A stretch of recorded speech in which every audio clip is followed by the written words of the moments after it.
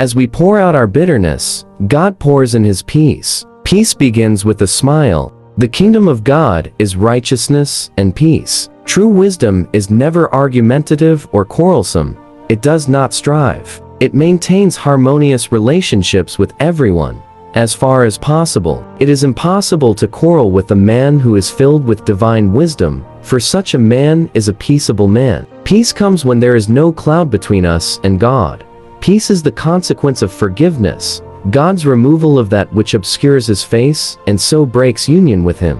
If God be our God, He will give us peace in trouble. When there is a storm without, He will make peace within. The world can create trouble in peace, but God can create peace in trouble. Because of the empty tomb, we have peace. Because of His resurrection, we can have peace during even the most troubling of times. Because we know He is in control of all that happens in the world, we cannot enjoy peace in this world unless we are ready to yield to the will of God in respect of death. Our times are in His hand, at His sovereign disposal. We must accept that as best. A born-again person ought to possess unspeakable peace in the Spirit.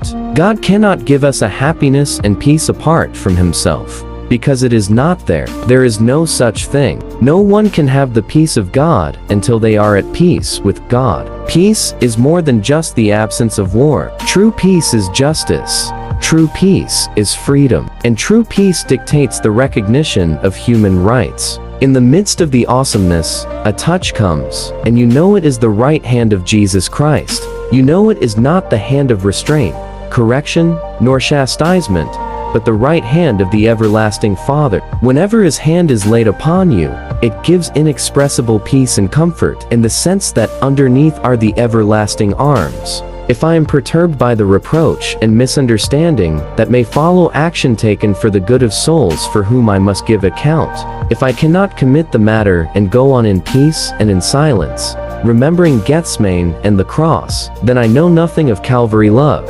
Christ died, He left a will in which He gave His soul to His Father, His body to Joseph of Arimathea, His clothes to the soldiers, and His mother to John. But to His disciples, who had left all to follow Him, He left not silver or gold, but something far better, His peace. A great many people are trying to make peace, but that has already been done. God has not left it for us to do. All we have to do is to enter into it. Great thoughts of your sin alone will drive you to despair, but great thoughts of Christ will pilot you into the haven of peace. The reward that outdoes all others is the peace of knowing that you did right. To be prepared for war is one of the most means of preserving peace. In the secret of God's tabernacle no enemy can find us, and no troubles can reach us. The pride of man and the strife of tongues find no entrance into the pavilion of God. The secret of His presence is a more secure refuge than 1,000 Gibraltars. I do not mean that no trials come. They may come in abundance, but they cannot penetrate into the sanctuary of the soul, and we may dwell in perfect peace, even in the midst of life's fiercest storms. When the believer is faced with the decision regarding a questionable matter, he should never proceed unless he has complete peace about it. If there is nothing wrong with it, then God is able to give complete peace. We should have much more peace if we would not busy ourselves with the sayings and doings of others. Peace if possible, but truth at any ratithy peace shall be in much patience. To win the war against fear, we must know the true God as He is revealed in the Bible. He works to give us lasting peace. He receives joy, not from condemning us, but in rescuing us from the devil. Yes, the Lord will bring conviction to our hearts concerning sin, but it is so He can deliver us from sin's power and consequences. In its place, the Lord works to establish healing, forgiveness, and peace. Compassion is sometimes the fatal capacity for feeling what it is like to live inside somebody else's skin. It is the knowledge that there can never really be any peace and joy for me, till there is peace and joy finally for you too.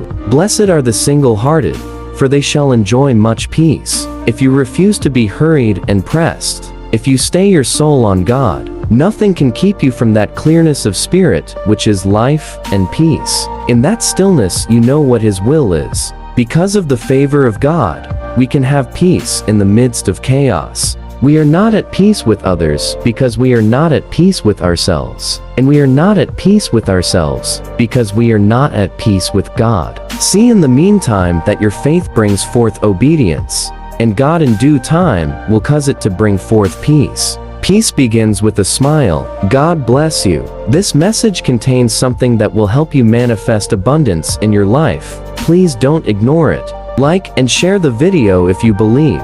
Subscribe the channel now.